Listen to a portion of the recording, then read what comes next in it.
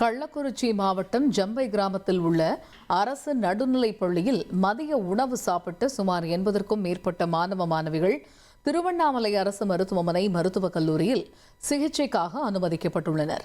இது பற்றிய கூடுதல் விவரங்களை செய்தியாளர் குருதண்டபாணி வழங்கிட கேட்கலாம். குருதண்டபாணி, வணக்கம். சிகிச்சை பெற்று வரக்கூடிய மாணவ மாணவிகளுடைய தற்பொழுதைய நிலை என்னவாக இருக்கிறது? இதன் முழு பின்னணி என்ன? கள்ளக்குறிச்சி மாவட்டம் ஜம்பை கிராமத்தில் அரசு நடுநிலைப் பள்ளி இயங்கி வருகிறது. இந்த பள்ளியில் சுமார் 135 மாணவ மாணவிகள் படித்து வருகிறார்கள். இவர்கள் இன்று மதியம் உணவு உட்கொண்டுள்ளார்கள். அந்த உணவில் பள்ளி இருப்பதாக மாணவ மாணவிகள் தெரிவித்துள்ளார்கள். மேலும் அந்த உணவை உட்கொண்ட மாணவ மாணவிகளுக்கு தலைவலி மற்றும் வாந்தி ஆகியவை ஏற்பட்டதை அடுத்து சுமார் ஒரு 41 மாணவர்கள் மற்றும் 40 மாணவிகள் மற்றும் அந்த உணவை உட்கொண்ட பள்ளி மாணவிகளின் பெற்றோர்கள் 4 பேர் என 85 பேர் திருவண்ணாமலை அரசு மருத்துவமனை மருத்துவக் கல்லூரியில் சிகிச்சைக்காக அனுமதிக்கப்பட்டார்கள். தற்போது அவர்களுக்கு மருத்துவக் குழுவினர் தீவிரமாக சிகிச்சை அளித்து வருகிறார்கள்.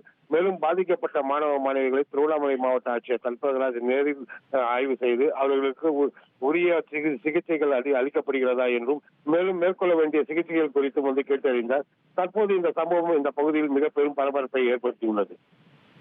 தகவல்களுக்கு நன்றி குருதண்டபாணி.